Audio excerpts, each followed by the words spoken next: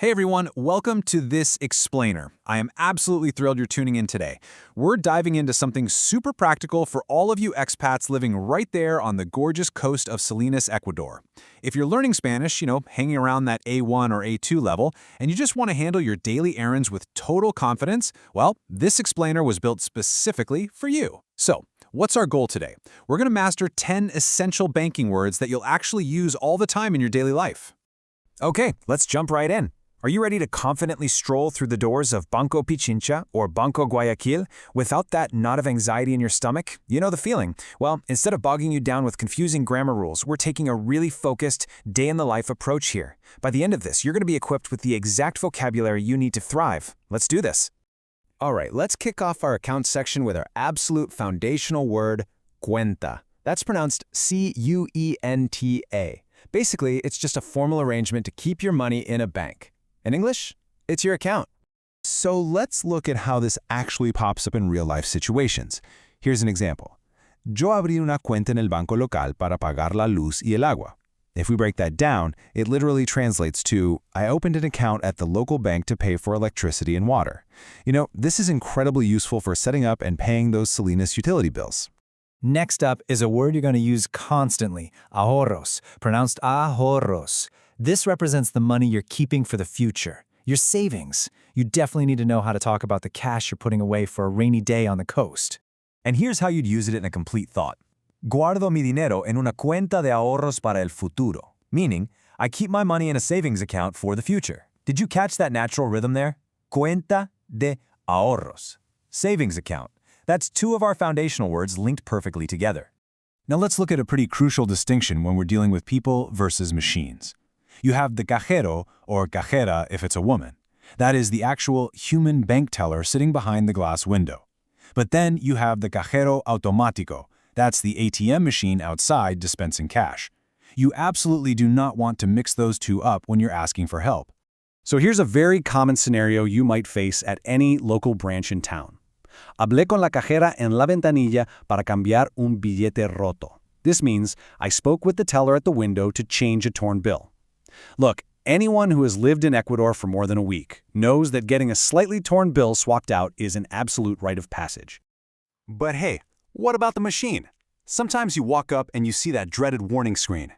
El cajero automático está fuera de servicio y no tiene billetes. Translation, the ATM is out of service and has no bills. Sadly, machines do run out of cash sometimes, especially on a busy Friday afternoon, so recognizing this exact phrase is a genuine lifesaver. Okay, time for a quick knowledge check to keep those brains engaged. If the ATM is broken outside at Banco Guayaquil, who do you need to go talk to? Yep, that's right. You walk inside and speak to la cajera, the human teller. See, you're getting the hang of this already. Let's transition into our next sequence, moving your money. Here's your first big action word, retirar, pronounced retirar. It literally means to take money out of an account, to withdraw. How exactly do we use it? Well, necesito ir al banco para retirar $100 en efectivo, which simply means I need to go to the bank to withdraw $100 in cash. Now for the exact opposite action, depositar, pronounced depositar. This is how you tell the bank you want to put money securely into your account, to deposit. So the really crucial point here is knowing how to declare your intentions confidently right at the window.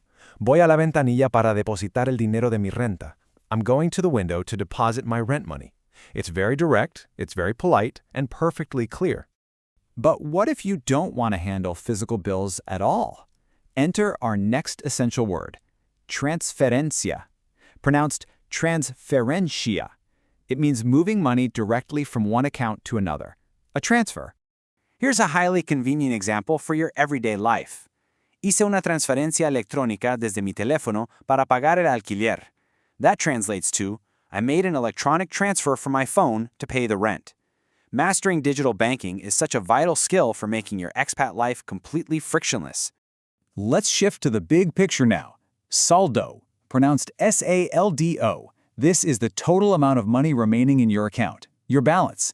It's incredibly important to know how to ask for your saldo before making any big purchases. And here's a highly relatable example sentence for you to practice out loud right now. Quiero revisar el saldo de mi cuenta para ver cuánto dinero tengo. Simply put, I want to check my account balance to see how much money I have. Sometimes you need a little extra capital to get a project off the ground, and that's exactly where this word comes in. Préstamo, pronounced préstamo. It's money borrowed from a financial institution that you gotta pay back over time. A loan. Here is an example of a loan in action right within the community. El banco aprobó un préstamo a mi vecino para abrir un restaurante. The bank approved a loan for my neighbor to open a restaurant. And tied directly to a loan or to the growth of your savings is our final vocabulary word, interés, pronounced interés. This is the percentage charged for borrowing money or the percentage you earn on your hard-earned savings, interest. Here's our final example sentence for this section. Esta cuenta de ahorros ofrece un interés muy bajo este año, which translates to, this savings account offers a very low interest rate this year. All right, let's bring it all together into a real-world scenario. Take a look at this short excerpt from our source text, a story called Una mañana de trámites, which basically means a morning of errands. Entro al banco y hablo con la cajera. Ella me ayuda a revisar el saldo de mi cuenta. Decido depositar el dinero. Notice how beautifully all those vocabulary words interact naturally in everyday speech. I enter the bank and speak with the teller. She helps me check my account balance. I decide to deposit the money. It just flows perfectly. Well, we have covered a lot of crucial ground today, and honestly, you've done fantastic. By focusing on these real-life examples, you have truly equipped yourself for success. So here is my provocative question to leave you with. What will be the very first Spanish word you confidently use on your next trip to the bank? Keep this knowledge fresh, grab that confidence, and go enjoy your next walk down the Malecón.